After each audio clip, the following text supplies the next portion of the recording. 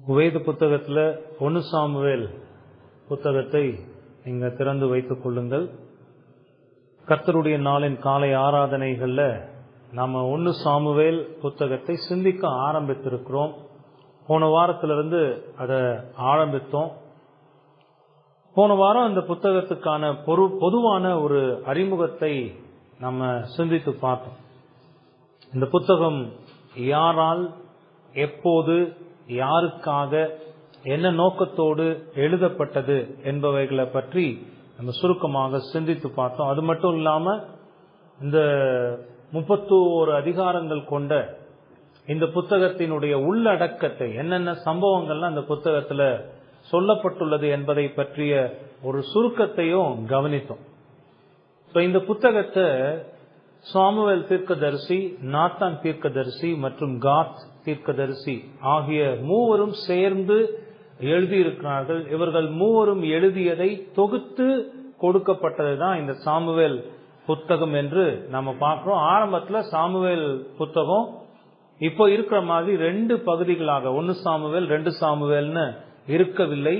ஒரே புத்தகமாக இருந்த அந்த புத்தகத்தை நம்முடைய பயன்பாட்டுக்கென்று பின்னாட்களில் மொழிபெயர்க்கப்பட்ட போது அதை அதிகாரங்களாகவும் வசன பகுதிகளாகவும் பிரித்திருக்கிறார்கள் நம்ம பார்த்தோம். 3 தீர்க்கதரிசிகளால் எழுதப்பட்ட இந்த புத்தகம் தொகுக்கப்பட்டு சாமுவேல் புத்தகமாக இருக்கிறதுன்னு நம்ம பார்த்தோம். இந்த புத்தகம் எப்போ எழுதப்பட்டது? கிமு 931 722 இடைப்பட்ட காலத்துல இது எழுதப்பட்டதுன்னு பார்த்தோம். யாருக்காக இது எழுதப்பட்டது? யூதர்களுக்காக எழுதப்பட்டது. யூதர்கள் தங்களுடைய வரலாற்றை பற்றி அறிந்து கொள்வதற்காகவும், முக்கியமாக தங்களுடைய ஆண்டவருக்கு தாங்கள் எவ்வளவு விசுவாசமாக வாழ வேண்டும் என்பதை, வரலாற்றில் கர்த்தர் எப்படி செயல்பட்டிருக்கிறார், தங்களுடைய முன்னோர்களுடைய வாழ்க்கையில கர்த்தர் எப்படி செயல்பட்டிருக்கிறார், அவருடைய வார்த்தைகள் என்ன, அந்த வார்த்தைகளை கை கொண்டு நடக்கிற போது கிடைக்கிற ஆசீர்வாதங்கள் என்ன, அந்த வார்த்தைகளை கை கொண்டு நடவாத போது வரக்கூடிய ஆபத்துகள் என்ன, இவைகளையெல்லாம் அவர்கள் புரிந்து கொண்டு தங்களுடைய ஆண்டவருக்கு எவ்வளவு விசுவாசமாக வாழ வேண்டும் என்பதை தான் உணர்த்தக்கூடிய ஒரு வரலாற்று புத்தகமாக இது இருக்கிறதுன்னு பார்த்தோம். இது மட்டும் இல்ல, இன்னும் சில காரணங்கள் இருக்கு இந்த புத்தகம் எழுதப்பட்டதற்கு. அதுல ஒரு காரணம், நியாயாதிபதிகளின் காலத்தில் இஸ்ரவேலுடைய வரலாற்றை பற்றி எழுதுவது ஒரு நோக்கமாக இருந்திருக்கிறது. ஏன்னா இந்த சாமுவேல் தீர்க்கதரிசி இருந்த அந்த காலப்பகுதி நியாயாதிபதிகளுடைய காலப்பகுதி. சொல்ல போனா அந்த நியாயாதிபதிகளின் காலம் நிறைவடையக்கூடிய ஒரு காலப்பகுதி. சாமுவேல் தீர்க்கதரிசியோடு அந்த நியாயாதிபதிகளின் காலம் நிறைவடைகிறதுன்னு பார்க்கிறோம். 2வது, இந்த இஸ்ரவேல்ல நியாயாதிபதிகளின் காலம் முடிவடைந்து ராஜாக்களுடைய காலம் ஆரம்பிக்கப்பட இருக்கிறதை விவரிக்கக்கூடிய புத்தகமாகவும் இருக்கிறது. ஒரு டிரான்ஸ்லேஷன் போன வாரம் பார்த்தோம். ஒரு காலம் முடிவுற்று அடுத்த காலம் ஆரம்பிக்குது. சாமுவேல் தீர்க்கதரிசியோட நியாயாதிபதிகளின் காலம் நிறைவடைந்து, அவர் தான் கடைசி நியாயாதிபதி, அதோட நிறைவடைந்து சவுல் இஸ்ரவேலின் முதல் ராஜாவாக ஏற்படுத்தப்படுகிறான். அப்போ ராஜாக்களுடைய காலம் சவுலிலிருந்து ஆரம்பிக்கிறது. இதை விவரிக்கிறதற்காக எழுதப்பட்டுள்ளதுன்னு பார்த்தோம். 3வது, ஆண்டவர் கொடுத்த அந்த சுவிசேஷ வாக்குறுதி, கர்த்தருடைய அந்த வாக்கு தத்தம், ஆதியாகமம் 3:15 அவர் கொடுத்த அந்த வார்த்தை எப்படி வரலாற்றில் நிறைவேறுகிறது, மேசியாவின் வம்சவழியில் இடம்பெறுகிறவர்களை பற்றிய வரலாற்றை விவரிப்பதாக இந்த புத்தகம் இருக்கிறதுன்னு நம்ம பார்த்தோம். இதெல்லாம் நம்ம போன வாரம் பார்த்தோம். இன்னைக்கு நேரடியாக முதல் அதிகாரத்தை நம்ம பார்க்கலாம். இந்த முதல் அதிகாரம் நமக்கு ரொம்ப பரிச்சயப்பட்ட அதிகாரம். இந்த முதல் அதிகாரத்தை பலமுறை நம்ம வாசிச்சிருப்போம். அந்த சம்பவங்கள் எல்லாம் ரொம்ப பசுமையான நினைவுகளாக நம்முடைய மனசுல இருக்கும். இப்போவே உங்களை வேதத்தை பார்க்காம அந்த முதல் அதிகாரத்துல என்ன நடந்திருக்குன்னு சொல்லுங்கன்னா நிச்சயம் நீங்க சொல்லுவீங்கன்னு நான் நம்புறேன். ஒண்ணு விடாம சொல்லுவீங்க. எல்கானால ஆரம்பிச்சு அங்கேயே அப்படியே போய் ஏலி வழியே போய் அப்படியே சாமுவேல் பிறக்கிற வரைக்குமான, சாமுவேலை கொண்டு வந்து ஆலயத்துல விடுகிறது வரைக்குமான அத்தனை சம்பவங்களையும் ஒன்றன் பின் ஒன்றாக அழகாக நீங்க சொல்லுவீங்கன்னு நான் நம்புகிறேன். ஏன்னா இதை பல தடவை நம்ம படிச்சிருக்கிறோம், பல பிரசங்கங்கள்ல கேட்டிருக்கிறோம். ரொம்ப முக்கியமாக இந்த முழு அதிகாரத்திலையும் ஜொலிக்கக்கூடிய ஒரு பெண்ணாக இருக்கிற அன்னாளை பற்றி பல இடங்கள்ல நாம சிந்தித்திருக்கிறோம், கேள்விப்பட்டிருக்கிறோம். அன்னாளுடைய ஜெபத்தை குறித்து நம்ம பார்த்திருக்கிறோம், அன்னாளுடைய தேவை என்னங்கிறதெல்லாம் பார்த்திருக்கிறோம். ஆகவே இந்த அதிகாரம் நமக்கு புதிதான அதிகாரம் அல்ல, இது நமக்கு ரொம்ப பரிச்சயப்பட்ட அதிகாரம். ஸோ இப்போ நான் முழு அதிகாரத்தையும் வாசிக்க போகிறது இல்லை. உங்களுக்கு ஒரு தலைப்பை சொல்லி அந்த தலைப்பின் அடிப்படையில் ஒரு 3 குறிப்புகளாக இந்த முழு அதிகாரத்தையுமே இன்னைக்கு நாம பார்க்க போகிறோம். முழுசையும் ரொம்ப ஆழமா பார்க்க முடியுமான்னு எனக்கு தெரியல. ஆனா ரொம்ப பர்பஸ்ஃபுல்லான்னு சொல்லுவோம்ல, ஒரு நோக்கத்தோடு இந்த அதிகாரம் எழுதப்பட்டிருக்கிறது. அந்த நோக்கத்தை பார்க்கறதுக்கு நம்ம முயற்சி பண்ணலாம். ஆண்டவர் நமக்கு உதவி செய்யட்டும். சில பயன்பாடுகளோடு இந்த செய்தியை முடிக்கலாம். சோ இந்த அதிகாரத்துக்கு என்ன தலைப்பு வைக்கலான்னு அந்த தலைப்பு வைக்கிறதுக்கே எனக்கு ரொம்ப யோசனையாவே இருந்தது. ஏன்னா இதுல பல மனிதர்கள் வர்றாங்க, ஒவ்வொரு மனிதர்களும் ஒவ்வொரு விதங்கள்ல செயல்படுகிறார்கள். சோ இதுல என்ன தலைப்பு வைக்கலாம் ரொம்ப யோசிச்ச போது நம்ம அந்த அதிகாரத்தை பார்க்கும் போதே ஹைலைட்டான ஒரு கேரக்டர் யார் இந்த அதிகாரத்துல சொல்லுவாங்க. ஹைலைட் ரொம்ப முக்கியத்துவப்படுத்தி முன்வைக்கப்படுகிற ஒரு நபர் யார் இந்த அதிகாரத்துல? அன்னாள் தான். அப்போ அன்னாளை வச்சுதான் ஒரு தலைப்பு கொடுக்கணும். ஆனா அன்னாளுடைய நிலைமை இந்த அதிகாரத்துல படு மோசமா இருக்கு. ஆரம்பிக்கும் போதே ரொம்ப வேதனையோட தான் அன்னாளை பத்தின இன்ட்ரோடக்ஷனை நம்ம பாக்குறோம். அவங்களே கசந்து போயிருக்கிறாங்க. என்ன வைக்கலாம்? ஒரு பக்கம் மனசுல வந்துச்சு, ஆனா ஆவண்ணான்னு ஆரம்பிச்சா என்ன அந்த ஒரு புத்தகத்தை ஆரம்பிக்கும் போது அப்படிதான் ஆரம்பிக்கிறது வழக்கம். ஒரு சின்ன குழந்தைக்கு எழுத்து சொல்லி கொடுக்கும் போது ஆனா ஆவண்ணான்னு தானே ஆரம்பிச்சு போறோம், எழுத்து அப்படித்தானே போகுது. அப்ப ஆனா ஆவண்ணான்னு ஆரம்பிச்சா என்ன வைக்கலாம்? இந்த அதிகாரத்துல அன்னாளுடைய ஆதங்கம் தான் பெருசா இருக்கு. அது ரெண்டும் நல்லா வருதா? அன்னாளின் ஆதங்கம். அப்ப ஆனா ஆவண்ணான்னு வருது, இதையே வச்சிடலாமா அப்படின்னு யோசிச்சா அங்கேயும் சில விஷயங்கள் அந்த பிரசங்கத்தெல்லாம் எழுதும் போதே சில காரியங்கள் தென்பட்டது. ஆகவே ரொம்ப தீவிர யோசனை அந்த ஆராய்ச்சிக்கு பிறகு ஒரு தலைப்பை இந்த வேத பகுதிக்கு நான் கொடுத்திருக்கிறேன். அது என்னன்னா அன்னாளின் ஆசை. அன்னாளின் ஆசை ஆரம்பிச்சிட்டோம் பாத்தீங்களா? ஆனா ஆவனாலேயே ஆரம்பிக்கிறோம். அப்ப சாமுவேல் புத்தகத்தை நீங்க எப்பெல்லாம் வாசிக்க ஆரம்பிக்கிறீங்களோ இந்த தலைப்பு உங்க மனசுல இருந்து போகவே கூடாது. அன்னாளின் ஆசை. நான் சும்மா ஆனா ஆவனான்னு ஆரம்பிக்கிறதுக்காக இந்த தலைப்பை கொடுக்கலங்க, நான் அதை விளக்குகிறேன் பாருங்க. விளக்கும் போது உங்களுக்கு தெரியும். இது என்னோட கண்ணோட்டம். இந்த அதிகாரத்தை நான் பார்க்கிறது வரலாற்றில் நடந்த ஒரு சம்பவம்.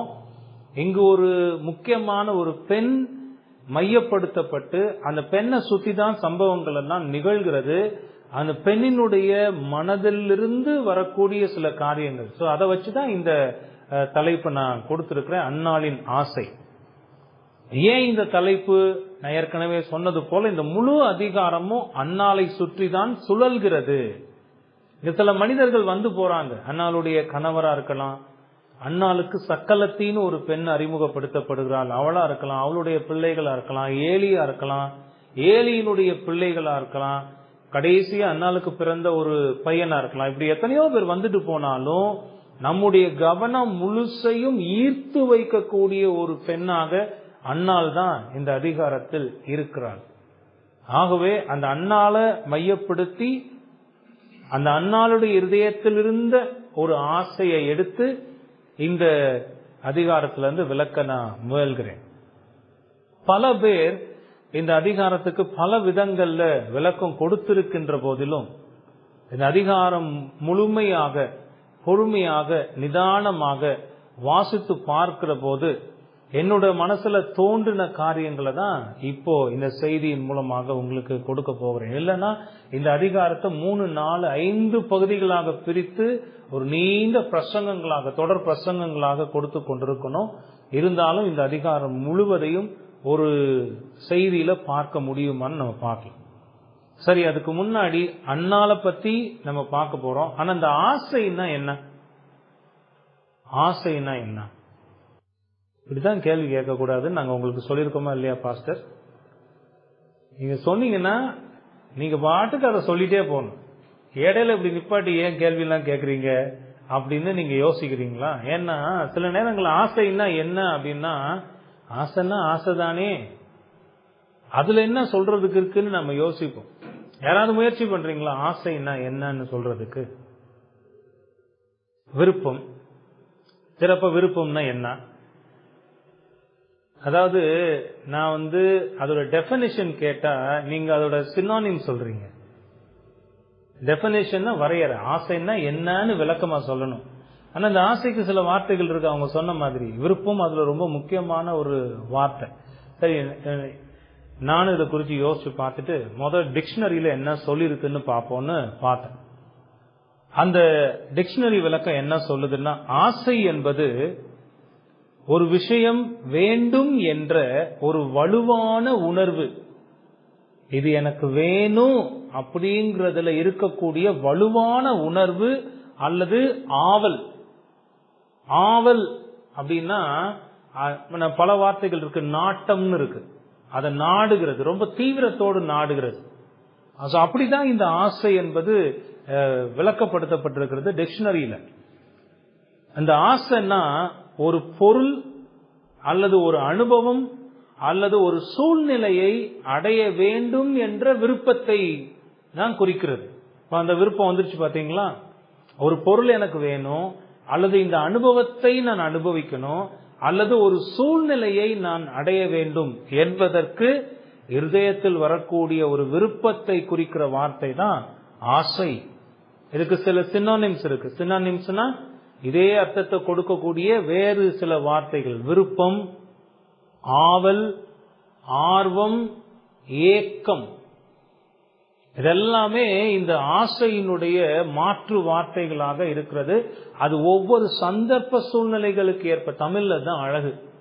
இந்த ஒவ்வொரு வார்த்தையும் ஆசைன்னு ஒரு இடத்துல பயன்படுத்துவோம், ஒரு இடத்துல விருப்பம்னு பயன்படுத்துவோம், ஒரு இடத்துல ஏக்கம்னு பயன்படுத்துவோம், ஒரு இடத்துல ஆர்வம்னு பயன்படுத்துவோம். இதெல்லாம் அந்த சந்தர்ப்ப சூழ்நிலையில இருக்கக்கூடிய அந்த காரியங்களை ஆராய்ந்து வரக்கூடிய வார்த்தைகளாக இருக்கிறது. ஆக ஆசை என்பது நமக்கு எது தேவையோ அதனை கொண்டு வருவதற்கான உள்ளார்ந்த உணர்வு. நமக்குள்ள இருந்து வரக்கூடிய ஒரு உணர்வு. இந்த ஆசை நமக்கு எது தேவையோ அதை கொண்டு வருவதற்கான உணர்வுன்னு பார்க்கிறோம். ஒவ்வொருவருடைய தேவை ஒவ்வொருவருக்கு மாறுபட்டு இருந்தாலும் எல்லோருக்குமே ஏதோ ஒரு தேவை கண்டிப்பாக இருக்கும். அப்படின்னா ஒரு தேவைன்னு இருந்தா அங்க ஆசையும் வந்துருதுன்னு அர்த்தம். அப்ப ஆசை இல்லாத மனிதர்கள் இந்த உலகத்துல ஒருத்தருமே இல்லை. இப்போ நீங்களே யோசிச்சு பாருங்களேன். இங்க உட்கார்ந்து இருக்கிறீங்க, சின்ன பையன்ல இருந்து வயதானவங்க வரைக்கும் உட்கார்ந்து இருக்கிறீங்க. இங்க யாராவது எனக்கு எந்த ஆசையுமே இல்லைங்க, ஆசைக்கு இன்னொரு பற்று, எனக்கு எந்த பற்றுமே இல்லை அப்படின்னு சொல்ல முடியுமா? இங்க இருக்கிறதுலயே ரொம்ப சின்ன பையன் யாருன்னா ஜேசன், அவன் உள்ள இருக்கான். இங்க இருக்கிறதுலயே ரொம்ப வயதானவங்க யாருன்னா நெல்சனுடைய அம்மா இருக்கிறாங்க. ஜேசன் கூட அது சொல்ல தெரியாது. இப்ப நெல்சனுடைய அம்மாவை கேட்டீங்கன்னா ஆசை இல்லாம இருக்கா? அவங்க வயசுல அவங்க சொல்லுவாங்க, எனக்கு இதெல்லாம் ஆசைப்பா, இப்படி எல்லாம் ஆசை. அடுத்த மாசம் ஊருக்கு போறாங்க, பத்திரமா ஊருக்கு போகணும், திரும்பி இங்கேயே வர்றதும் கூட என்னுடைய ஆசையா இருக்கு. இந்த மண்டை ஆட்டுறாங்க பாருங்க. அப்ப அது அவங்க இருதய ஓட்டத்துல ஓடக்கூடியது. இப்படி இங்க இருக்கிற ஒவ்வொருத்தர்ட்டையும் கேட்டோம்னா ஒவ்வொரு ஆசைய சொல்லிக்கிட்டே தான் இருப்போம். ஆசை இல்லாத மனிதன் இந்த உலகத்துல ஒருத்தனும் இல்லை. ஒருத்தர் இருந்தாரு, ஆசைப்படக்கூடாதுன்னு சொன்னாரு. யாருன்னு தெரியுமா? யார் ஆசைப்படக்கூடாதுன்னு சொன்னது? புத்தர்னு ஒருத்தர் இருந்தார். அவரையும் என்ன சொல்லிட்டானுங்க? ஆசைப்படக்கூடாது என்று புத்தர் ஆசைப்பட்டாருன்னு அவரையும் சேர்த்துட்டானுங்க ஆசைப்படுற லிஸ்ட்ல. அப்போ யாருமே ஆசை இல்லாம இந்த உலகத்துல இல்ல. அப்படி பார்க்கும்போது நான் சொன்ன மாதிரி இந்த உலகத்துல எல்லா மனிதர்களும் ஏதோ ஒரு ஆசைய, ஒரு விருப்பத்தை, ஒரு ஏக்கத்தை, ஒரு ஆவலை, ஒரு ஆர்வத்தை தங்களுடைய இருதயத்துல கொண்டவர்களாகவே இருக்கிறாங்க. இப்படி ஒவ்வொரு மனுஷனும் ஆசைப்படுறதுக்கு பல காரணமும் இருக்கு. நம் வாழ்வின் எல்லா செயல்களுக்கும் ஆசைதான் காரணமாக இருக்கிறதுன்னு உளவியல் மருத்துவர்கள் சொல்றாங்க. ஆசை இல்லைன்னா செயல்கள் இல்லைன்றாங்க. ஏதோ ஒரு செயலை நான் செய்ய போகிறேன் என்றால் அந்த செயலை செய்வதற்கான ஆசை என்னுடைய இருதயத்துல இருக்கிறதா. அது எப்படி இருக்கும்? சிலருக்கு வெற்றி அடைந்து விட வேண்டும் என்கிற ஒரு ஆசை. அந்த ஆசை தான் அவங்கள உந்தி தள்ளக்கூடிய ஒரு உந்து விசையாக. ஐபிஎல் நடந்துட்டு இருக்கு இப்போ. ஒவ்வொரு டீமும் என்ன கனவோட ஆசையோட அந்த மேட்ச்ல கலந்துக்கிறாங்க. ஏதாவது ஒரு டீம் இந்த மேட்ச்ல நான் தோத்து, அடுத்த மேட்ச்லயும் தோத்து, பிளே ஆஃப்கே போகாம நான் வெளியே போயிடணும்னு எந்த டீமாவது நினைக்குமா? அப்ப ஒவ்வொரு டீமினுடைய இருதயத்திலையும் ஒவ்வொரு பிளேயருடைய இருதயத்துல என்ன இருக்குன்னா, எப்படியாவது நான் வெற்றியை அடைய வேண்டும். இன்னும் ஒரு சிலர் இருப்பாங்க, செல்வத்தை, பணத்தை சம்பாதிக்கணுங்க, பேர புகழ சம்பாதிக்கணுங்க. இது அவங்களுடைய இருதயத்தினுடைய ஒரு கொள்கை ஆசையாக இருக்கும். எப்படியாவது இந்த வருடத்துக்குள்ள இவ்வளவு பணத்தை நான் சேமிச்சிருந்தேன் அப்படின்னு செல்வத்தை சம்பாதிக்கிறதுல சிலருக்கு ஆசை இருக்கும்.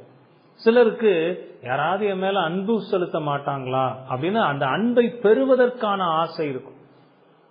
இன்னும் சிலருக்கு நான் மகிழ்ச்சியோடு வாழணுங்க, அதுதான் என்னுடைய ஆசை. என் வாழ்க்கையில மகிழ்ச்சி ரொம்ப கம்மியா இருக்கு, சந்தோஷம் ரொம்ப கம்மியா இருக்கு, நான் சந்தோஷமா வாழ்றதுக்கு என்ன செய்யணும் அதை குறிச்சு யோசிச்சு செயல்படுகிறவர்களாக இருப்பாங்க. அது அவங்களுடைய ஆசையா இருக்கும்.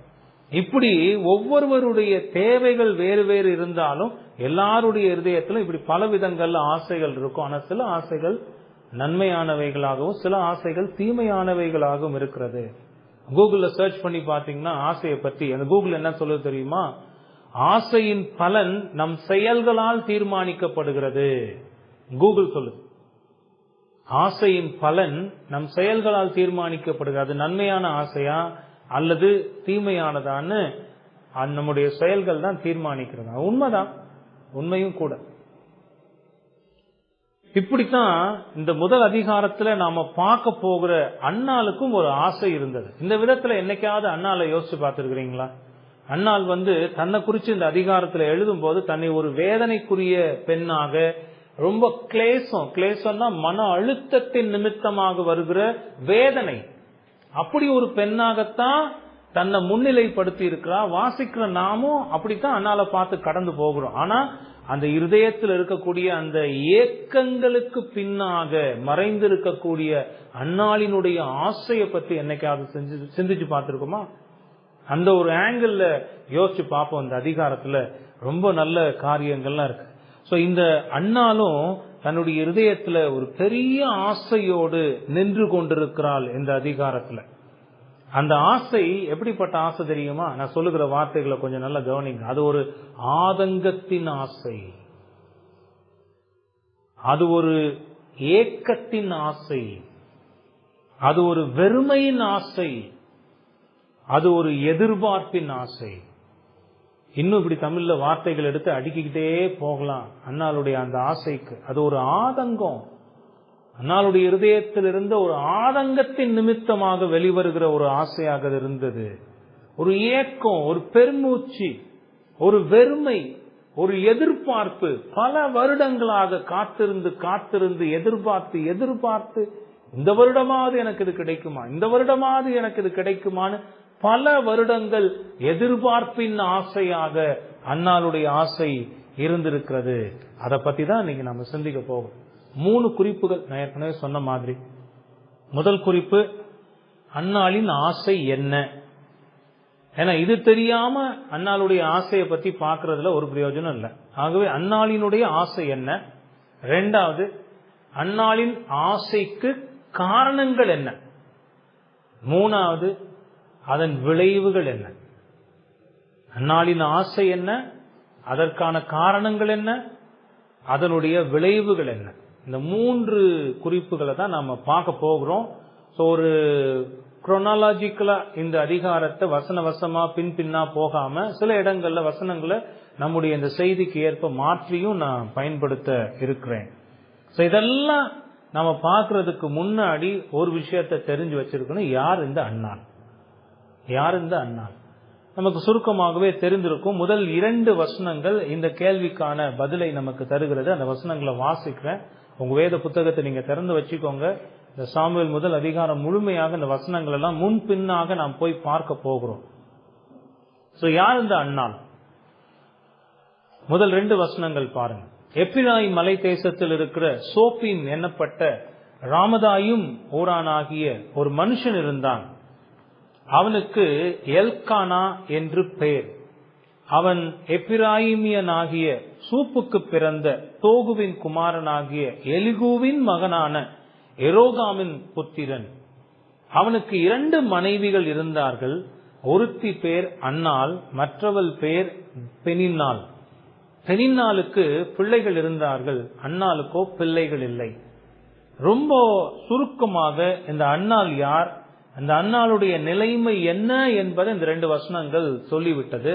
இந்த அன்னாள் எல்கானா என்பவருடைய மனைவியாக இருந்திருக்கிறாள். அப்ப அன்னால பாக்குறதுக்கு முன்னாடி அன்னாள் எல்கானாவினுடைய மனைவி. ஓகே, இந்த எல்கானாவை பற்றி சொல்லும் போது கூடுதலான சில தகவல்களை இந்த வசனங்களை நம்ம பார்க்கிறோம். இந்த எல்கானா எந்த ஊரை சேர்ந்தவர்? அவர் ராமதாயும், பின்னாடி இந்த ராமதாயும் தான் ராமா. நீங்க சாமுவேல் தீர்க்கதரிசியை பத்தி வாசிக்கும் போது அடிக்கடி அவர் தன்னுடைய ஊராகிய ராமாவுக்கு திரும்பினார்னு பாக்குறோம். சோ அந்த ஊர் இது ராமதாயும் ராமா என்பது 2 ஒரே ஊரை குறிக்கக்கூடியது. இது எங்க இருக்குன்னா சோப்பீம், அதாவது எப்ராயிம் மலை தேசத்தில் இருக்கக்கூடிய ஒரு பட்டணமாக இருந்திருக்கிறது. இந்த அதிகாரம் ஆரம்பிக்கும் போதே அன்னாளுடைய கணவனை அறிமுகப்படுத்தி தான் ஆரம்பிக்கிறது. இந்த ஊரை சேர்ந்த ஒரு மனிதன் இருந்தான். அந்த மனிதனுடைய பெயர் எல்கானா. அவனுடைய வம்சத்தை பற்றி அங்கு சொல்லுகிறது. எப்ராயிமியன் ஆகிய சூப்புக்கு பிறந்த தோகுவின் குமாரனாகிய எலிகூவின் மகனான எரோகாமின் புத்திரன். 4 தலைமுறை எடுத்து இந்த எல்கானாவினுடைய அப்பா, அப்புறம் தாத்தா, அப்புறம் தாத்தாவோட அப்பா, அந்த அப்பாவோட அப்பா அப்படின்னு ஒரு 4 பூட்டன், அது ஏதோ ஏட்டன் என்னமோ போகும். அது அப்படித்தான் இந்த 4 தலைமுறை சொல்லியிருக்கிறாங்க எல்கானாவை பத்தி. ஏன் இத சொல்லணும் கொஞ்சம் யோசிச்சு பார்த்தோம்னா, இந்த எல்கானாவையும் நம்ம கவனிக்கணும். ஏன்னா எல்கானாவினுடைய செயல்கள் இங்க வேதத்துல முதல் அதிகாரத்தில் நம்ம கொடுக்கப்பட்டிருக்கு. இந்த எல்கானா ஒரு லேவி கோத்திரத்தை சேர்ந்தவர். இது வரைக்கும் ஒருவேளை உங்களுக்கு தெரியலன்னா நீங்க தெரிஞ்சுக்கோங்க. எல்கானா ஒரு லேவி கோத்திரத்தை சேர்ந்தவர். இவருடைய வம்சாவளியை பற்றி தான் இந்த முதல் வசனத்துல நம்ம பார்க்கிறோம். நீங்க வீட்டுல 1 நாளாகமத்தின் புத்தகம் 6வது அதிகாரத்தை வாசிச்சு பாருங்க. அந்த 1 நாளாகமம் 6வது அதிகாரத்துல லேவியின் புத்திரர்கள் ஆவனன்னு சொல்லி அந்த லேவியினுடைய வம்சவழியை பத்தி எழுதப்பட்டிருக்கிறது. குறிப்பாக 26 to 33 வரை உள்ள வசனங்களை நீங்க வாசிச்சு பாருங்க. 1 நாளாகமம் 6, 26 to 33 வரை உள்ள வசனங்கள்ல பாத்தீங்கன்னா இந்த எல்கானாவினுடைய வம்சவழி அங்கு சொல்லப்பட்டிருக்கிறது. ஒரு லேவியினுடைய வம்சவழியில வந்த ஒரு மனிதன். பின்னால் இந்த எல்கானாவை பத்தி இன்னும் கூடுதலான தகவல்களை நம்ம படிக்க நான் கொடுக்கிறேன். இப்ப இந்த வசனத்துல இந்த எல்கானாவுக்கு 2 மனைவிகள் இருந்திருக்கிறாங்க. ஒருத்தர் பேர் அன்னாள், இன்னொரு பெண்ணுடைய பேர் பெனின்னாள்.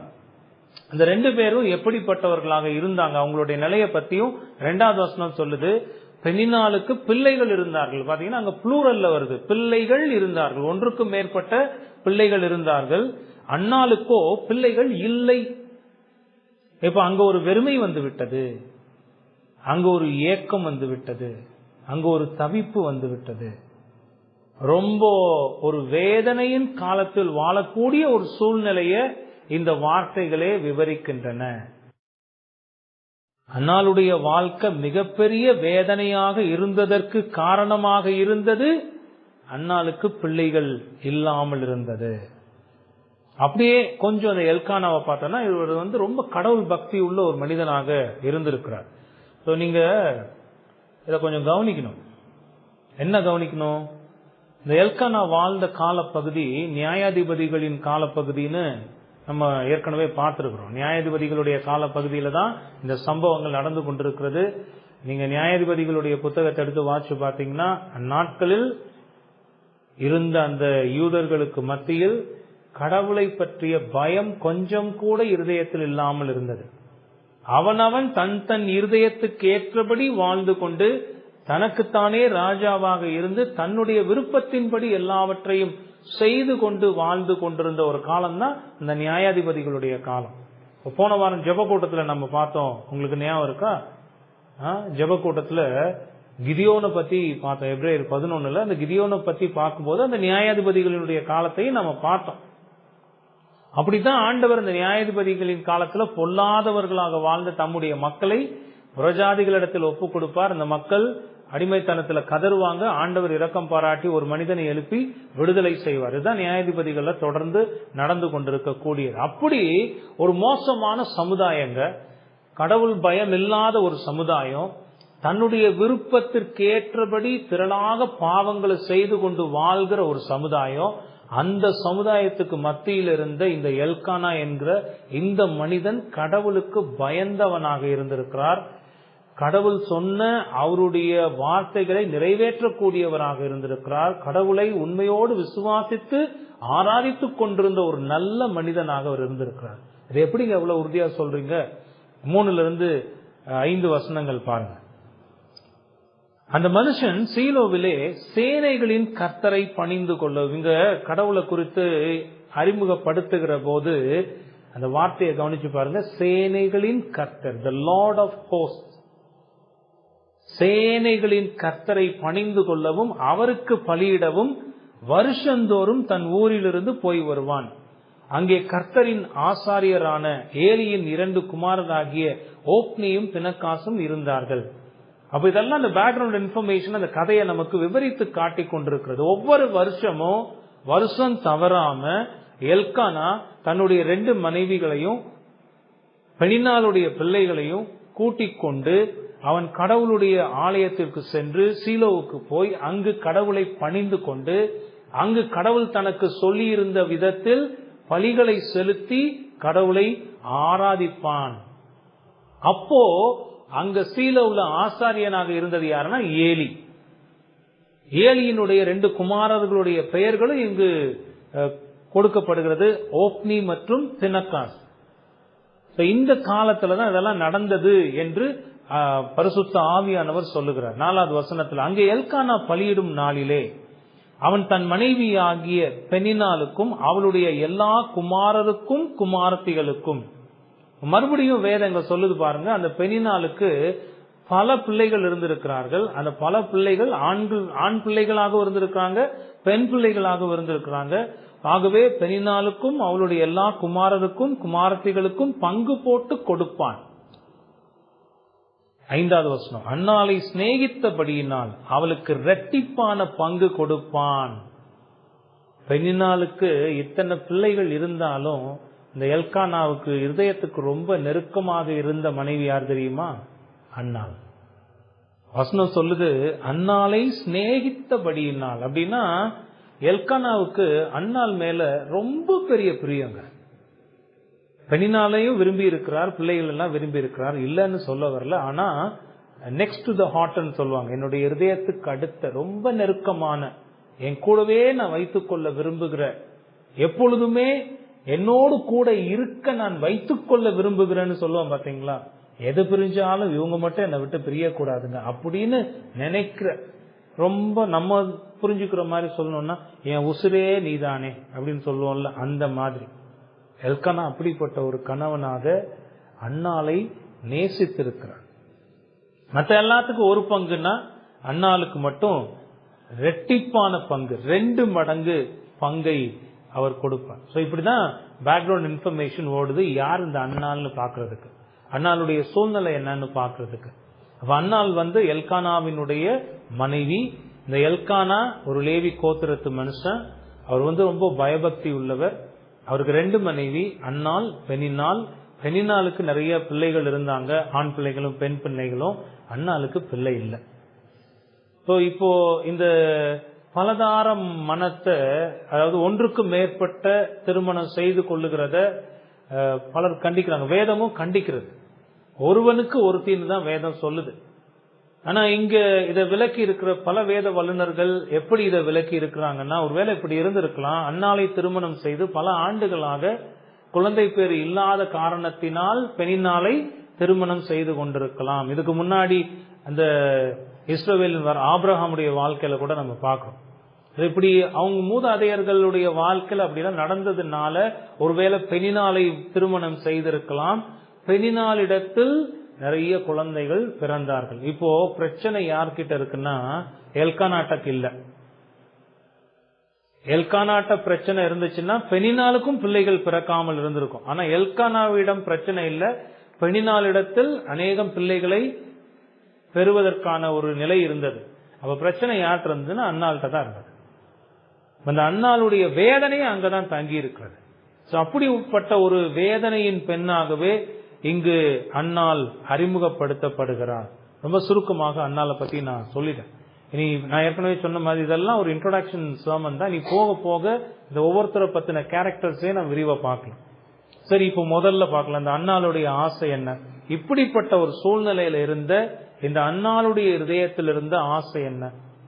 நான் ஏற்கனவே சொன்ன மாதிரி இந்த அன்னாளினுடைய ஆசை ஒரு ஆதங்கத்தின் ஆசை, ஒரு ஏக்கத்தின் ஆசை, வெறுமையின் ஆசை, எதிர்பார்ப்பின் ஆசை, இப்படி சொல்லிட்டே போகலாம். அது என்னன்னா, எனக்கு எப்படியாவது ஒரு குழந்தை வேணும், எனக்கு எப்படியாவது ஒரு குழந்தை வேணும். இந்த வேதனையை கூட்டுகிற விதத்துலதான் அவளோடு கூட இருந்த எல்கானாவினுடைய இன்னொரு மனைவியாக இருந்த பெனினால் ரொம்ப துன்பத்தையும் கொடுத்து கொண்டிருக்கிறாள். ஒரு பக்கம் சமுதாயத்திலிருந்து பிரச்சனை, கல்யாணம் ஆகலைன்னா இந்த சமுதாயம், என்னப்பா வயசு இத்தனை ஆயிடுச்சு இன்ன வரைக்குமாப்பா கல்யாணம் ஆகாம இருக்குன்னு இந்த சமுதாயம் சொல்லும். சரி, கல்யாணம் ஆயிடுச்சுன்னு வைங்களேன், கல்யாணம் ஆகி இத்தனை வருஷம் ஆச்சு இன்னுமாப்பா பிள்ளை பெறாம இருக்குன்னு ஒரு பக்கம் சமுதாயத்தினுடைய நெருக்கடி இருந்திருக்கும், இன்னொரு பக்கம் பெண்ணினாளினுடைய ஒரு நெருக்கடி. இதெல்லாமே அன்னாளுடைய இருதயத்தில் ரொம்ப பெரிய வேதனைகளை கொடுத்து கொண்டே இருந்திருக்கிறது. அன்னாள் அப்படிப்பட்ட வேதனையில் இருந்தாள் என்பதை 10-11 வசனங்கள் சொல்லுகிறது பாருங்க. அவள் போய் மனம் கசந்து மிகவும் அழுது கர்த்தரை நோக்கி விண்ணப்பம் பண்ணி. இப்போ எங்க வந்திருக்கிறாங்கன்னா, கர்த்தருடைய ஆலயத்துல கர்த்தரை ஆராதிக்க வந்திருக்கிற போது இப்படி ஒரு சூழ்நிலை நடக்குது. அங்க அன்னாளுடைய இருதயத்தை வேதனைப்படுத்தக்கூடிய சில காரியங்கள் நடக்குது.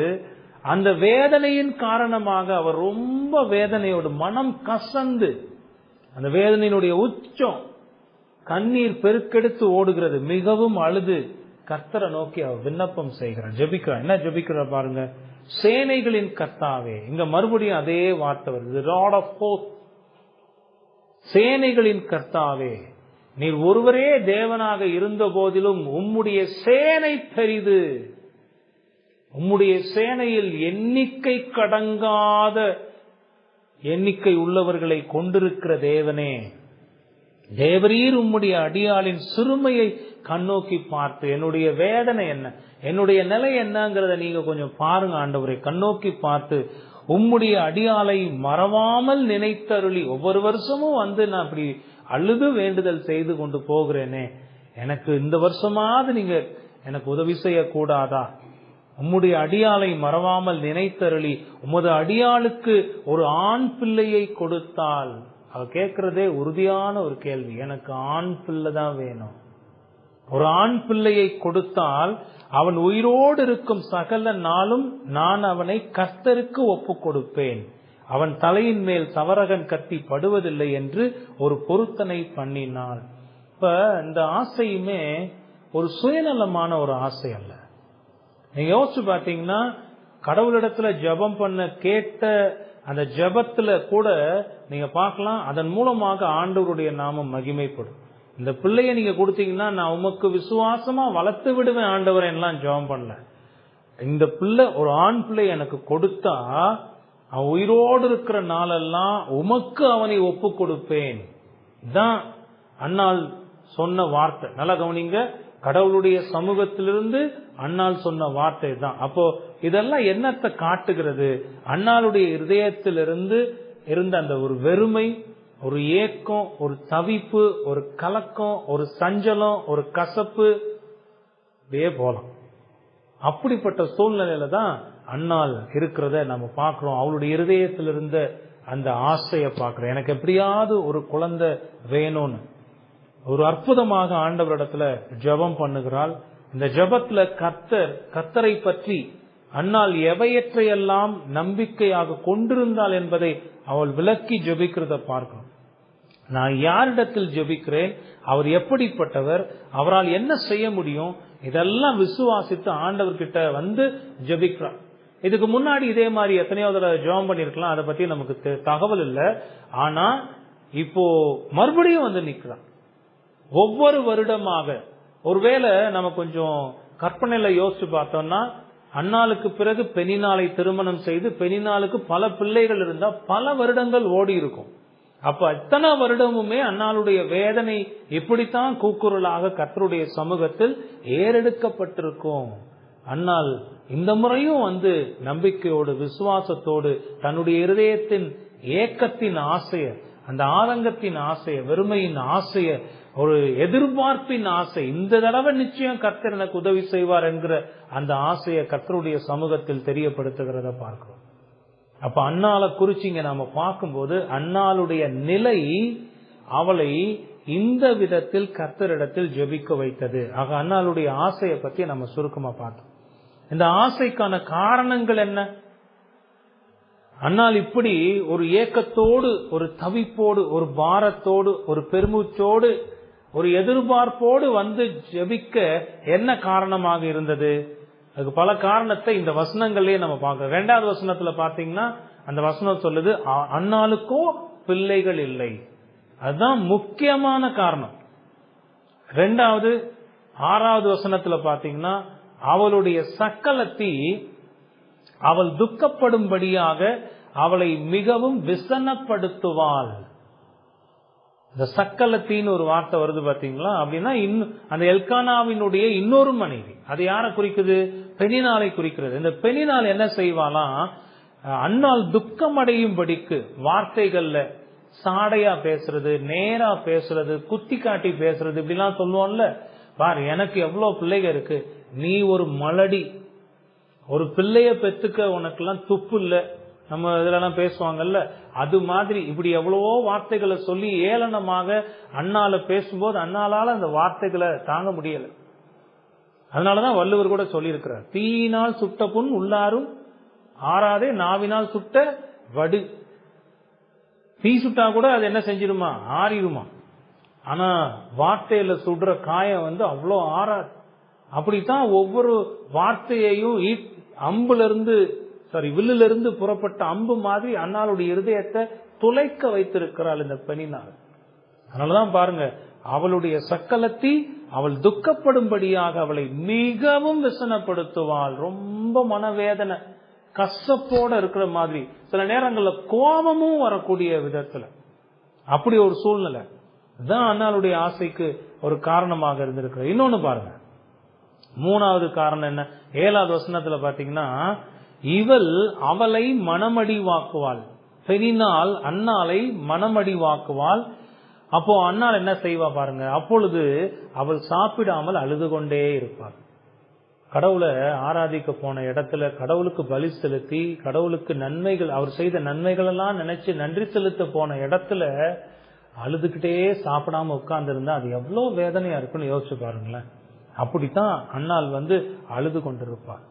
அடுத்து 4வது 15வது வசனத்துல பாத்தீங்கன்னா, ஏலி கேட்கறதுக்கு அன்னாள் பதில் சொல்லும் போது, நான் மனக்லேசமுள்ள ஸ்திரீ, என் மனம் இப்போ சமாதானமா இல்ல, சந்தோஷமா இல்ல, என் மனம் வேதனையினுடைய உச்சக்கட்டத்துல இருக்குங்கய்யா. அந்த வேதனையினுடைய உச்சக்கட்டத்துல நான் கர்த்தரை நோக்கி ஜெபித்து கொண்டிருக்கிறேன் அப்படின்னு சொல்லக்கூடிய நிலையில இருக்கிறேன். அதே 16வது வசனத்துல பாத்தீங்கன்னா, என்னுடைய மனசு எப்படி இருக்கான், மிகுதியான விசாரத்தினாலும் கிளேசத்தினாலும் இந்நேரம் மட்டும் விண்ணப்பம் பண்ணினேன். ஏன்னா அவ ஆண்டவருடைய சமூகத்துல ஜெபம் பண்ணும்போது ஏலி என்ன நினைச்சிருவார்னா, இவ குடித்துட்டு இப்படி உளறிக்கிட்டு இருக்கான்னு நினைச்சிருவார். நீ எவ்வளவு நேரம் தான் இப்படியே நீ உன் குடியில வெறித்து இப்படி வார்த்தைகளை சொல்லிக்கிட்டு இருப்பன்னு சொல்லி கேட்கும் போதுதான் அன்னாள் சொல்லுகிறாள், நான் மிகுதியான விசாரம், என் மனசுல ஒரு நிம்மதியே இல்லைங்கய்யா, ரொம்ப வேதனைங்கய்யா, என் மனசு முழுசும் கிளேசம், துன்பம், ரொம்ப துக்கம், அதனாலதாங்க இவ்வளவு நேரம் ஜெபம் பண்ண. இப்படி பல காரணங்கள் இருந்தாலும் எல்லா காரணங்களும் ஒன்றையே அடிப்படையாக கொண்டு அமைந்திருந்தது. அது அன்னாளுக்கு பிள்ளை இல்லாமல் இருந்தது. இந்த பிள்ளை இல்லைன்றது ஒண்ணு போதுமே. நான் ஏற்கனவே சொன்ன மாதிரி எல்லாரும் அன்னாளை வேதனைப்படுத்துவதற்கு. சரி, ஒரு கேள்வி கேட்கணும், ஏன் அன்னாளுக்கு பிள்ளை இல்லாமல் இருந்தது? கேட்கணுமா வேணாமா? அன்னாளுடைய ஆசையை பார்த்தா பிள்ளை வேணும். அந்த ஆசைக்கான காரணம் என்ன? அவளுடைய இருதயத்தில் இருந்த வேதனை, வெறுமை, ஏக்கம், துக்கம், சஞ்சலம், தவிப்பு, வெறுமை, எதிர்பார்ப்பு. ஆனா இதுக்கெல்லாம் என்ன காரணம்? ஏன் அன்னாளுக்கு பிள்ளை இல்லை? எல்கானா நல்ல மனுஷன், தேவ பக்தி உள்ள மனுஷன். அன்னாளுக்கு பிள்ளை இல்லை, ஆனா பெண்ணினாளுக்கு நிறைய பிள்ளைகள் இருந்தார்கள். ஏன் அன்னாளுக்கு பிள்ளை இல்லை? வசனம் ரொம்ப தெளிவாக சொல்லுகிறது. 5-6 வசனங்களை பாருங்களேன். 5வது வசனம், அதனுடைய பிற்பகுதியில, கர்த்தரோ அவள் கர்ப்பத்தை அடைத்திருந்தார்.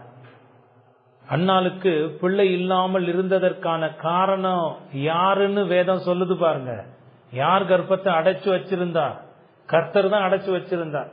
பிள்ளை கொடு, இல்லை என்றால் நான் சாகிறேன்னு கேட்ட போது, நான் உன் பிள்ளை கொடுக்காம இருக்கிறதுக்கு நான் கடவுளா? முன்னாடி நம்ம பார்க்கிறோம் ஆதியாகமத்துல. அப்ப எங்கெல்லாம் இந்த பிள்ளை இல்லாமல் இருந்ததுன்னு வருகிற போது நீங்க பாத்தீங்கன்னா, இதுக்கு முன்னாடி மூதாதையர்களுடைய வாழ்க்கையில கர்த்தர் அந்த கர்ப்பத்தை தடை பண்ணி இருந்தார். 5வது வசனத்துல கர்த்தரோ அவள் கர்ப்பத்தை அடைத்திருந்தார். அதனாலதான் வேதம் சொல்லுது, பிள்ளைகள் கர்த்தரால் வரும் சுதந்திரம். ரொம்ப சாதாரணமா அடுத்தடுத்து பிள்ளைகளை பெத்தெடுத்துக்கிட்டு இருக்கிறவனுக்கு பிள்ளை இல்லாத பத்தின கவலையும் இல்ல, அதை அனுபவிக்கவும் தெரியாது. ஏன்னா அடுத்தடுத்து பிள்ளை எனக்கு பிறந்துகிட்டே இருக்கேன். 3 பிள்ளை 4 பிள்ளை, அட்லீஸ்ட் 2-3 பிள்ளை, சரி அதுவும் இல்ல ஒரு பிள்ளை பிறந்துருச்சானாலே என்னோட பிள்ளை, எனக்கு ஒரு சந்ததி வந்துருச்சு, வம்சம் வந்துருச்சு. பிள்ளை இல்லாததனுடைய வேதனை தெரியாது. பல வருடங்களாக பிள்ளை இல்லாம இருந்து பல வருடங்களுக்கு பிறகு பிள்ளை பிறந்தா அப்ப அந்த காலங்கள்ல அவங்களுடைய வேதனை எப்படி இருந்திருக்கும்னு தெரியும். இங்க அன்னாள் அப்படிப்பட்ட வேதனையோடு இருந்தா அதுக்கு காரணம் கர்த்தர் அவளுடைய கர்ப்பத்தை அடைத்திருந்தார். இது ஒரு தடவை மட்டும் இல்ல, இன்னொரு தடவையும் ஆவியானவர் உறுதி செய்கிறார் பாருங்க. 6வது வசனத்தினுடைய ஆரம்பத்துல, கர்த்தர் அவள் கர்ப்பத்தை அடைத்தபடியினால் 2 முறை உறுதியாக சொல்லுகிறது. ஏன் அன்னாளுக்கு குழந்தை இல்லாமல் இருந்தது? காரணம், அங்க கர்த்தர் நிற்கிறார், அவர்தான் கர்ப்பத்தை அடைத்து வைத்திருக்கிறார்னு பார்க்கிறோம். யோசிச்சு பாருங்க, அப்ப அந்த அன்னாளுக்கு எவ்வளவு வேதனை இருக்கும்னு. ஆனா இந்த வசனங்கள் எல்லாம் எழுதின ஆவியானவர் ரொம்ப அழகா எழுதியிருக்கார். நீங்க டேஸ்ட் பண்ணலாம், இந்த அதிகாரத்தை வாசிக்கும் போதே டேஸ்ட் பண்ணலாம். அன்னாளை பத்தி அவ்வளோ வேதனையா இருக்கும்போது, அன்னாளோடு கூட இருந்த அன்னாளின் கணவன் எல்கானா இருக்கிறான் பாருங்களேன், ரொம்ப பியூட்டிஃபுல் மேனுங்க. வாசிக்கும் போது ரொம்ப சந்தோஷமா இருந்துச்சு. அப்படி ஒரு கணவனா நாம இருக்கிறோமான்னு கேட்கணும். ஏன்னா அவ அவ்வளவு வேதனையில இருக்கான்னு தெரியுது. அப்ப எவ்வளவு ஒரு நல்ல கணவனா எல்கானா செயல்பட்டு இருக்கிறான் பாருங்களேன். 8வது வசனத்துல, அவன் அப்படி இருந்து மனம் அடிவாக்கும் போது, அவ சாப்பிடாம ஆலயத்துல ஒரு ஓரமா உட்கார்ந்து அழுது கொண்டிருக்கும் போது அங்க வர்றான். யாரு? அவள் புருஷனாகி எல்கானா அவளை பார்த்து, அன்னாளே ஏன் அழுகிறாய்? ஏன் சாப்பிடாதிருக்கிறாய்? ஏன் சஞ்சலப்படுகிறாய்? ஒவ்வொரு வார்த்தையும் பாருங்களேன், எவ்வளோ அந்த வார்த்தையிலேயே உங்களுக்கு புரியுதா அதனுடைய அழுத்தம், அந்த வார்த்தையினுடைய ஆழம். எல்கானா, எப்ப பாரு உனக்கு இதுதான் வேலை, எங்க ஒரு நல்ல இடத்துக்கு போறோமோ மூஞ்ச தூக்கி வச்சுக்கிட்டு அழுதுகிட்டு, நீ எல்லாம் என்ன பிறவினே தெரியலையே. நிறைய 99.9% கணவர்கள் மனைவி துக்கத்தோடு இருக்கும்போது இப்படிதான் நடந்து கொள்கிறது உண்டு. 99.9% வேதனையோடு இருக்கும்போது, சஞ்சலத்தோடு இருக்கும்போது, கண்ணீரோடு இருக்கும்போது, உனக்கு எப்ப பாரு இதுதான் வேலை அப்படின்னு கடிந்து கொள்றது, சத்தம் போடுறது, சில நேரங்கள்ல கை நீட்டி 4 அடிய வேற அடிச்சிருது. ஒன்னால எனக்கு நிம்மதி இல்லாம போச்சு பாரு, இந்த அழுத மூஞ்சியை வச்சுக்கிட்டே இருந்தேன்னா வந்த இடத்துல எப்படி இருக்கும்? இதெல்லாம் வாழ்க்கையில பாக்குறோமா இல்லையா? ஆனா எல்கானா ஒரு நல்ல மனுஷன். அதனாலதான் சொன்னேன், தேவனுக்கு பயந்த நல்ல மனுஷன். அவன் கேட்கிற வார்த்தைகளை பாருங்க. ஏன் அழுது? அன்னாலே அன்னாலே பக்கத்துல போய் உட்காந்து ஒருவேளை தலையெல்லாம் தடவி கொடுத்து தன் தோளோட அணைச்சிக்கிட்டு ஒரு முதுகுல 2 தட்டி கொடுத்துட்டு, அன்னாலே ஏமா அழுகிற? ஏமா சாப்பிடாம இருக்க? நீ ஏன் இப்படி சஞ்சலப்படுற? உனக்கு நான் இருக்கேன் இல்லையா? நான் இருக்கேன் இல்லையா? உண்மையிலே இந்த வார்த்தைகள்லாம் கணவர்களா இருக்கிறவர்கள் இருதயத்துல கத்திய வச்சு எழுதி வைக்கணும். நீ ஏன் அழுகிற? நீ ஏன் சஞ்சலப்படுற? நீ ஏன் சாப்பிடாம? சாப்பிட்டா சாப்பிட்டு, சாப்பிடாட்டி போ. அது இல்ல. ஏன் சாப்பிடாம இருக்க? ஏன் அழுகிற? ஏன் சஞ்சலப்படுற? நான் இருக்கிறேன் இல்லையா? அந்த நான் இருக்கிறேன்ற இல்லையா, நான் இருக்கேங்களையான்றத எப்படி சொல்றாரு பாருங்களேன். 10 குமாரரை பார்க்கிலும் நான் உனக்கு அதிகம் அல்லவா? உனக்கு 10 பிள்ளை இருந்து என்ன செய்வானா, அவங்க செய்யறதுக்கு மேல நான் உனக்கு உன் கூட இருக்கிறேன். என்ன ஒரு அற்புதமான வார்த்தை, யோசிச்சு பாரு. 10 குமாரரை பார்க்கிலும் நான் உனக்கு அதிகம் அல்லவா என்றான். அவ்வளவு ஒரு நல்ல மனுஷனுங்க எல்கானா. எல்கானாட்ட இருந்து நிறைய பாடம் கத்துக்கணும். தன் மனைவியின் கஷ்டங்களுக்கு மத்தியில் அவளை உதாசீனப்படுத்தாமல் அவளுக்கு உறுதுணையாக நின்று ஆறுதல் செய்கிறவனாக இருந்த ஒரு அற்புதமான மனிதனாக எல்கானாவை இங்க நாம பார்க்கிறோம். இப்ப 2 காரியத்தை பார்க்கிறோம். ஒண்ணு, அன்னாள் யாருன்னு பார்த்தோம், அன்னாளுடைய இருதயத்துல அந்த ஆசை என்னன்னு பார்த்தோம், அந்த ஆசைக்கான காரணங்கள் என்னன்னு பார்த்தோம். அவளுக்கு பிள்ளை இல்லாமல் இருந்தது, அவளுடைய சக்களத்தி அவளை ரொம்ப மனவேதனைப்படுத்தி அவளை துன்பப்படுத்தி அழ வச்சுக்கிட்டே இருக்கிறான். அவள் அழுது சஞ்சலத்தோடு சாப்பிடாம இருக்கிறான். இதுக்கு மத்தியில எல்கானாவை பத்தியும் பார்க்கிறோம். எல்கானா ஒரு நல்ல கடவுள் பக்தியுள்ள மனுஷன். அவன் கடவுளுக்கு பயந்து இருந்தது மட்டும் இல்ல, அன்னாளை அதிகமாக நேசித்து அன்னாளுடைய துன்பங்களுக்கு மத்தியில் துணையாக நின்றவனாக நாம பார்க்கணும். இதெல்லாம் பரிசுத்த ஆவியானவர் சொல்லிக்கொண்டே போகிற போது இந்த ஆசையினுடைய விளைவுகள் என்னங்கிறதையும் அவர் விளக்கி இருக்கிறார். 3வது அதை பார்க்கலாம். அந்த ஆசையினுடைய விளைவுகள் என்ன? அன்னாள் ஜெபம் செய்தால், அதான் விளைவு.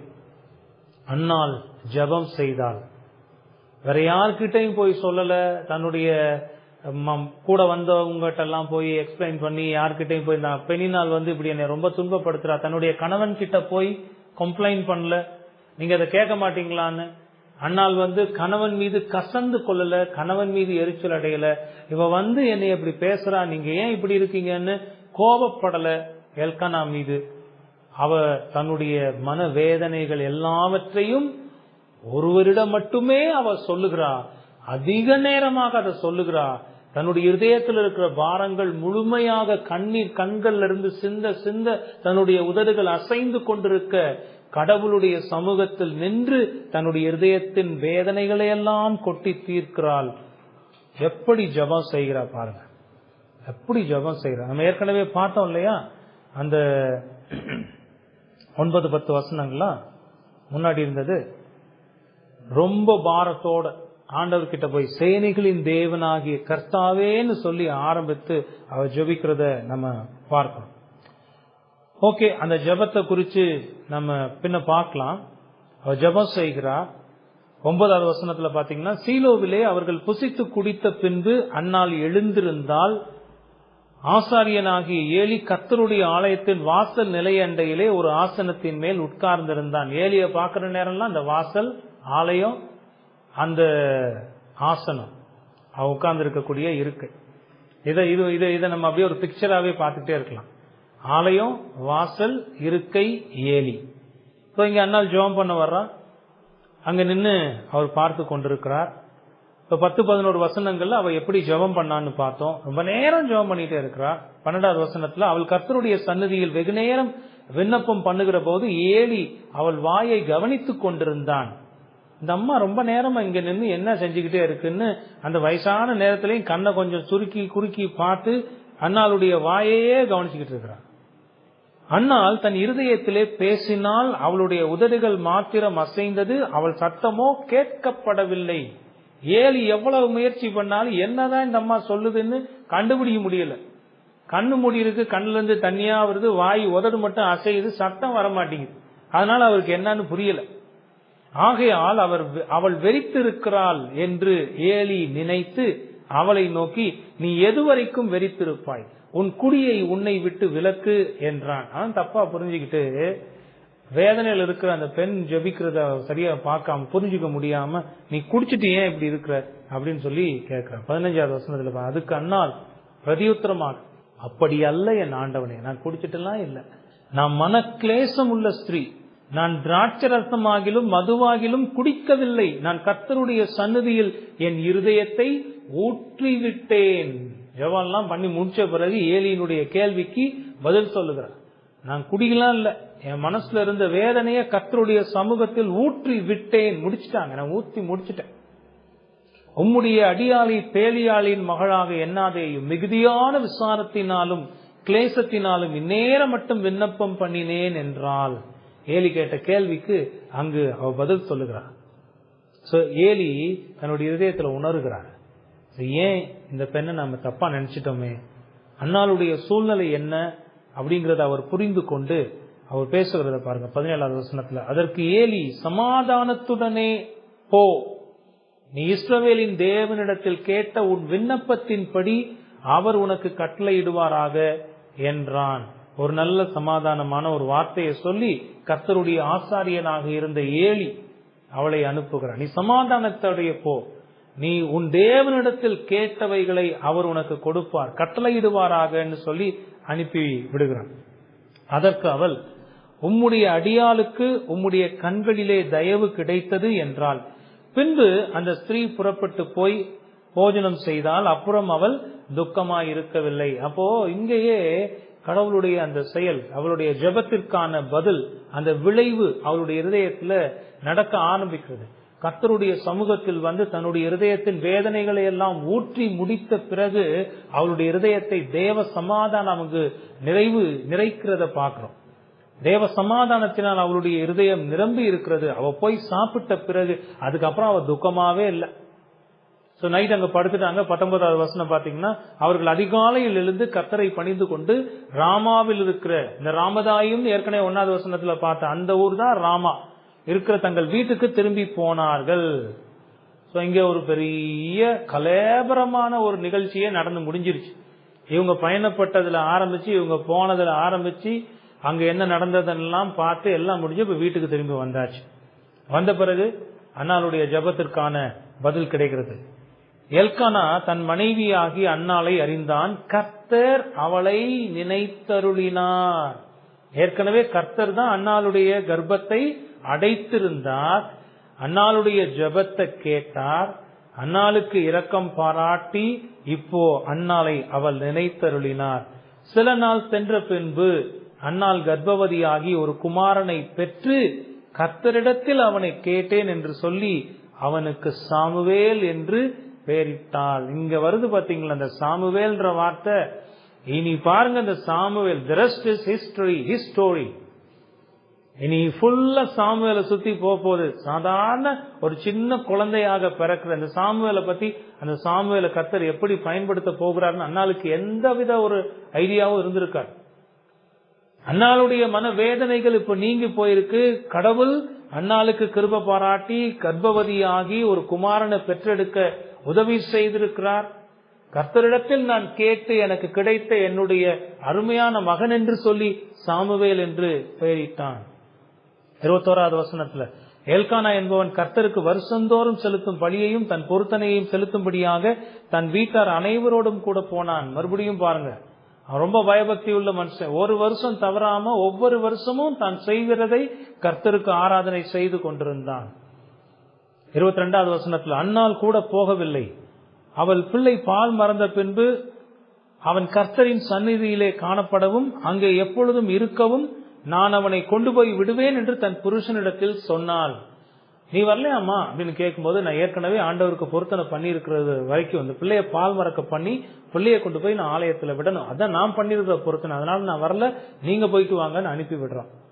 23வது வசனத்துல, நல்ல மனுஷயா எல்கானா. அப்பொழுது அவள் புருஷனாகி எல்கானா அவளை நோக்கி, நீ உன் இஷ்டப்படி செய்து அவனை பால் மறக்க பண்ணு மட்டும் இரு, கர்த்தர் தம்முடைய வார்த்தையை மாத்திரம் நிறைவேற்றுவாராக என்றான். அப்படியே அந்த ஸ்திரீ தன் பிள்ளையை பால் மறக்க பண்ணு மட்டும் அதற்கு முளை கொடுத்தாள். பால் கொடுத்து அந்த பிள்ளைய வளர்த்தெடுக்கிறாள்னு பாக்குறோம். கர்த்தர் தம்முடைய வார்த்தையை மாத்திரம் நிறைவேற்றுவாராக. நிச்சயமாக நீ ஆண்டவருக்கு ஒரு பொருத்தனையை செய்தாய், உன்னுடைய பொருத்தனையை கேட்டு கர்த்தர் அந்த வார்த்தையை நிறைவேற்றினார், அதனால் நீ உன் விருப்பத்தின்படி செய் என்று சொல்லி அவரு கிளம்பிட்டார். சொன்னதை அண்ணால் செய்தாலா செய்யலையா? நம்மள பல பேருக்கு இருக்கிற ஒரு காரியம் என்னன்னா, சொல்லிடுவோம், ஆனா எல்லாம் கூடி வந்து நல்லா போய்கிட்டு இருக்கும்போது சொன்னதை செய்யணுமா அப்படின்னு ஒரு யோசனை வந்து, அந்த நேரம் தான் அந்த அனனியா சப்பீராளுடைய ஆவி உள்ள புகுந்துரும். நீங்க இதை செஞ்சீங்கன்னா நான் இதை செஞ்சிடறேன் ஆண்டவரேன்னு எல்லாம் சொல்லிடு. வேதம் சொல்லுது, நீ பொருத்தனை பண்ணாம இருந்தாலே நல்லது, ஆனா பொருத்தனை பண்ணா உன் பொருத்தனையை நிறைவேற்று. ஆண்டவர்கிட்ட நீ சொன்ன காரியத்தை நிச்சயமாக என்ன செய்யணும், செய்து தீரணும். அன்னாள் இங்க ஒரு நல்ல ஒரு எக்ஸாம்பிள் நமக்கு முன்னாடி. தான் சொன்னதை செய்த அன்னாள். 24வது வசனத்திலிருந்து பாருங்க. அவள் அவனை பால் மறக்க பண்ணின பின்பு 3 காளைகளையும் ஒரு மரக்கால் மாவையும் ஒரு துருத்தி திராட்சரசத்தையும் எடுத்துக்கொண்டு அவனையும் கூட்டிக் கொண்டு சீலோவில் இருக்கிற கர்த்தருடைய ஆலயத்துக்கு போனால், பிள்ளை இன்னும் குழந்தையாயிருந்த ரொம்ப சின்ன பிள்ளை. அவர்கள் ஒரு காளையை பலியிட்டு பிள்ளையை ஏலியினிடத்தில் கொண்டு வந்து விட்டார்கள். அப்பொழுது அவள், என் ஆண்டவனே, இங்கே உம் மண்டையிலே நின்று கர்த்தரை நோக்கி விண்ணப்பம் பண்ணின ஸ்திரீ நான் தான் என்று என்னுடைய ஆண்டவன் ஆகிய உம்முடைய ஜீவனை கொண்டு சொல்லுகிறேன். இந்த பிள்ளைக்காக விண்ணப்பம் பண்ணினேன். நான் கர்த்தரிடத்தில் கேட்ட என் விண்ணப்பத்தின்படி எனக்கு கட்டளையிட்டார். ஆகையால் அவன் கர்த்தருக்கென்று கேட்கப்பட்டபடியினால் அவன் உயிரோடு இருக்கும் சகல நாளும் அவனை கர்த்தருக்கே ஒப்புக் கொடுக்கிறேன் என்றால் அவன் அங்கே கர்த்தரை பணிந்து கொண்டான்னு பார்க்கணும். இங்க அப்போ நான் சொன்ன வார்த்தைய அண்ணால் நிறைவேற்றுகிறத பார்க்கணும். இதுல ரொம்ப நீங்க கவனிச்சு பாத்தீங்கன்னா, பிள்ளை எல்லாம் பிறந்த பிறகு அது ஒரு ஆண் குழந்தை, அழகான பிள்ளை, தன்னுடைய இருதயத்துல ஏக்கங்கள் எல்லாம் நிறைவேறி விட்டது, வெறுமை போய்விட்டது, மனக்லேசம் போயிருச்சு. நீ யாரும் என்னைய பார்த்து உனக்கு பிள்ளை இல்லைன்னு சொல்ல முடியாது. அந்த துக்கத்திலிருந்து விடுதலை, பாடுகள் சஞ்சலத்திலிருந்து விடுதலை. பெண்ணினால் கூட நீ கேட்க முடியாது. பெண்ணினால் ஏதாவது சொல்லலான்னு வந்தா அண்ணா லேசா ஒரு பார்வை பார்த்தா போதும் சத்தம் இல்லாம போயிடணும். ஏன்னா குழந்தை இல்லாததுனால தானே துன்பப்படுத்திக்கிட்டே இருந்தா. இப்ப குழந்தையும் இருக்கே. இப்படிப்பட்ட சூழ்நிலையில யாருக்குங்க மனசு வரும் என் பிள்ளைய கொண்டு போய் ஆலயத்துல விடுறதுக்கு? வருமா? கொஞ்சம் கற்பனை பண்ணி பாருங்க. ஒரு ஆடோ ஒரு மாடோ உங்க வீட்டுல வச்சிருக்கிறீங்க. ரொம்ப காலமா அதுக்கு குட்டியே போடல.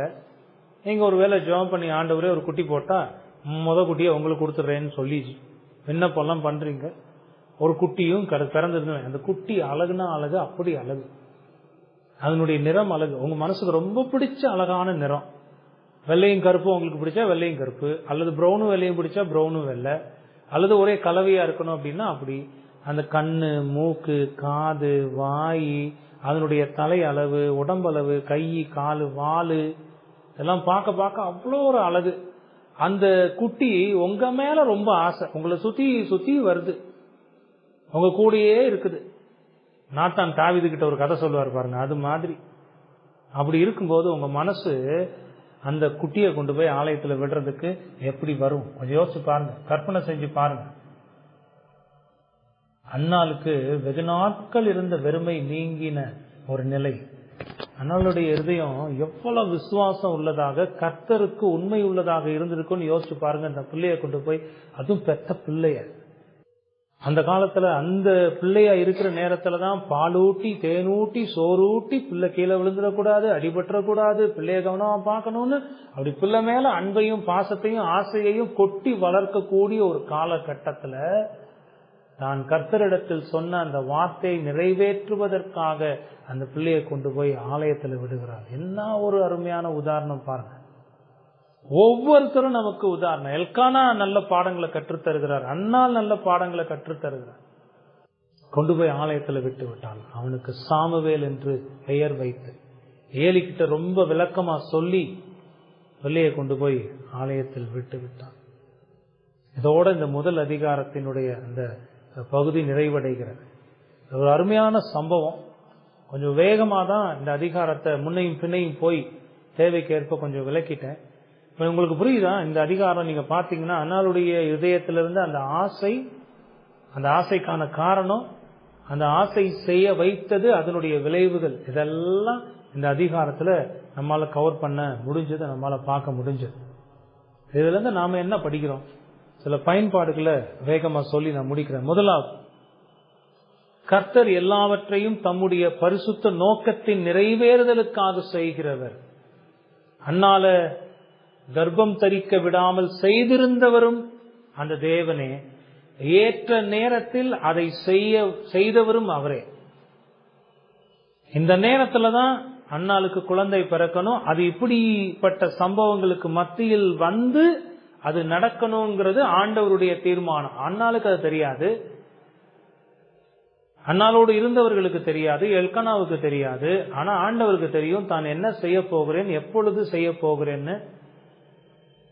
இவ்வளவு மனவேதனைகளுக்கு மத்தியில் இருந்த போதிலும் அன்னாள் கர்த்தரிடத்தில் பொறுமையாக இருந்து கர்த்தருடைய நன்மையை சுதந்திரித்தாள். கர்த்தர் தன்னுடைய நேரத்தில் தன்னுடைய நோக்கத்தை நிறைவேற்றுகிற விதமாக தன்னுடைய மக்களுடைய வாழ்க்கையில் செயல்படுகிறவர். ஒவ்வொரு புத்தகத்திலையும் ஒவ்வொரு இன்சிடென்ட்லையும் இதைதான் நம்ம பார்த்துட்டே வரோம். எதுவுமே கர்த்தரால் தீர்மானிக்கப்படாமல் நடக்கவில்லை. அவர் முன்குறித்து தீர்மானித்து திட்டமிட்டு அதை நடத்தி கொண்டிருக்கிறார் என்பதை இந்த சந்தர்ப்பத்தின் மூலமாகவும் நாம பார்க்கிறோம். கடவுளுடைய மக்களாகிய நம்முடைய வாழ்க்கையில நடக்கிற சில சூழ்நிலைகள் நிச்சயமாக நம்ம கடந்து போக வேண்டியதாக இருக்கிறதுன்னு ஆண்டவர் தீர்மானித்து அனுமதித்திருக்கிறார். அப்படிப்பட்ட சூழ்நிலைகள்ல நம்ம வேதனை அனுபவிக்கலாம், கஷ்டம், பாடு. அதுக்கு மத்தியில இந்த வார்த்தைகளை நினைத்து பாருங்க.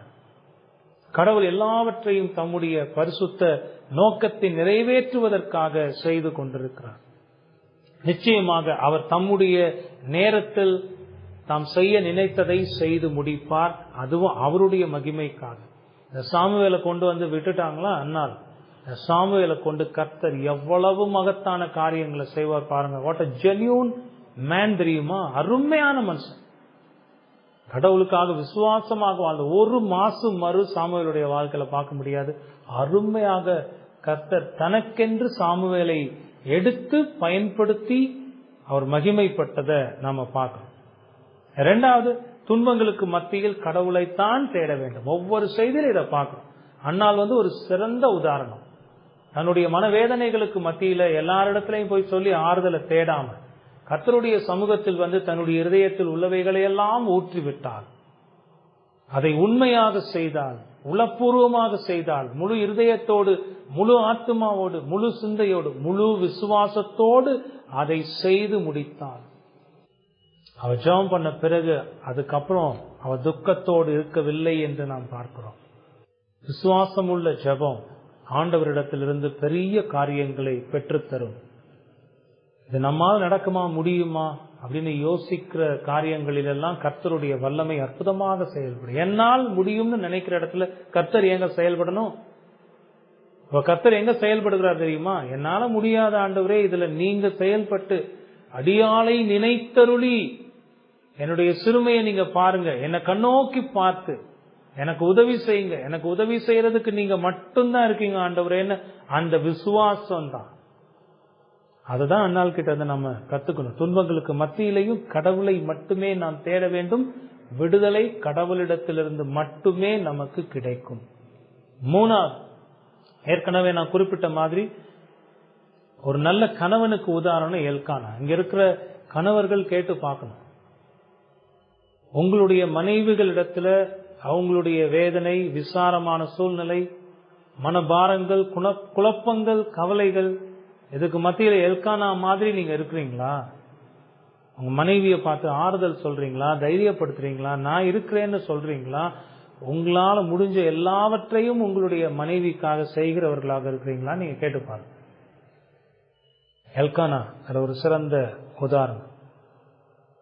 இங்க இன்னொரு உதாரணத்தை பார்க்கிறோம், பெனினால். அது ஒரு பேட் எக்ஸாம்பிள். பெனினால் மாதிரி இருக்கக்கூடாது. யார் மாதிரி இருக்கணும்னு நம்ம பார்க்கிறோம், பெனினால் மாதிரி இருக்கக்கூடாது. ஒருத்தர் ஒரு காரியத்தில் குறைவுள்ளவர்களாக இருப்பார்களானால் அந்த குறையை சுட்டிக்காட்டி அவர்களை வேதனைக்குட்படுத்த கூடாது. அது கடவுளுடைய பிள்ளைக்குரிய அழகல்ல. இந்த உலகத்தில் இருக்க அந்த குணங்கள் எல்லாம் நான் கடவுளுடைய பிள்ளைன்னு சொல்லிக்கிட்டு மற்றவர்களை துன்பப்படுத்தி பார்க்கறதும், அவர்களை கஷ்டப்படுத்தி பார்க்கறதும், அவர்களை அள வைக்கிறதும், அவர்களை வேதனைப்படுத்துகிறதும், அதெல்லாம் ரொம்ப ரொம்ப மோசமான பாவம். செய்யக்கூடாது. மற்றவர்களோடு சமாதானத்தோடு இருக்கணும், மற்றவர்களுக்கு சமாதானத்தை சொல்லுகிறவர்களாக இருக்கணும். அவர்களுடைய பாடுகள், வேதனைகளுக்கு மத்தியில அவர்களுக்கு முடிந்த அளவு உதவி செய்யுங்க. அவங்களுக்காக ஜெபம் பண்ணக்கூடியவர்களாக நீங்க இருக்கணுமே தவிர வார்த்தைகளாலோ செயல்களாலோ அவர்களை துன்பத்துக்குள் கொண்டு வருகிறவர்களாக இருக்கக்கூடாது. இந்த பெனினால் மாதிரி இருக்கக்கூடாது. அதை இங்க பார்க்கணும். கடைசியாக ஒண்ணு பார்க்கலாம், கர்த்தர் நிச்சயம் நன்மையானதை தருவார், அவருடைய நேரத்தில் தருவார். என்னோட அவசரத்துக்கு கர்த்தர் செயல்பட மாட்டார். அவருக்கு தெரியும் எதை கொடுக்கணும், எப்ப கொடுக்கணும், எவ்வளவு கொடுக்கணும். எதை கொடுக்கணும்னு அவருக்கு தான் தெரியும். ஆகவே அவர் நிச்சயமாக அவருடைய நேரத்தில் நன்மையானதை தருவார். அதையும் முழு மனசோட நம்பணும். கர்த்தரை விசுவாசிக்கிறவனுக்கு ஒரு நன்மையும் குறைவுபடாதுன்னு வேதம் சொல்லும். சிங்கக்குட்டிகள் கூட பசியோட ரொம்ப துன்பப்படும். ஆனா கர்த்தரை நம்புகிறவர்களுக்கு ஒரு நன்மையும் குறைவுபடாது. நம்முடைய மக்களை அவர் ஒரு விதத்திலும் அவமானத்துக்குள் விடமாட்டார். சில நேரங்கள்ல அவமானத்துக்குள்ள போற மாதிரி தென்பட்டாலும் கர்த்தர் அதையும் நன்மைக்கு ஏதுவாக மாற்றுகிறவர். அன்னாளுடைய வாழ்க்கையில அப்படிப்பட்ட துன்பங்கள் இருந்தது உண்மைதான். ஆனா அந்த துன்ப காலத்தின் மத்தியிலும் கர்த்தர் அன்னாளை பாதுகாத்து அவருடைய நேரத்தில் நன்மையானதை கொடுத்தார். சாமுவேல் என்கிற அற்புதமான மனிதனை பிறக்கச் செய்தார். எவ்வளோ அற்புதமான சம்பவங்கள் எல்லாம் அந்த அதிகாரத்தில் இருக்கு. இனி தொடர்ந்து நாம இதை படிப்போம். இதோட இந்த அதிகாரத்தை நம்ம முடிக்க போறதில்லை. நீ அடுத்த அதிகாரத்துக்கு போகும்போதும் இதுல இருந்து சில குறிப்புகளை நாம எடுத்து பார்க்க தான் போறோம். ஆண்டவர் தொடர்ந்து இந்த வசனங்கள் மூலமாக நம்மோடு பேசட்டும். நம்ம ஜெபம் பண்ணலாம்.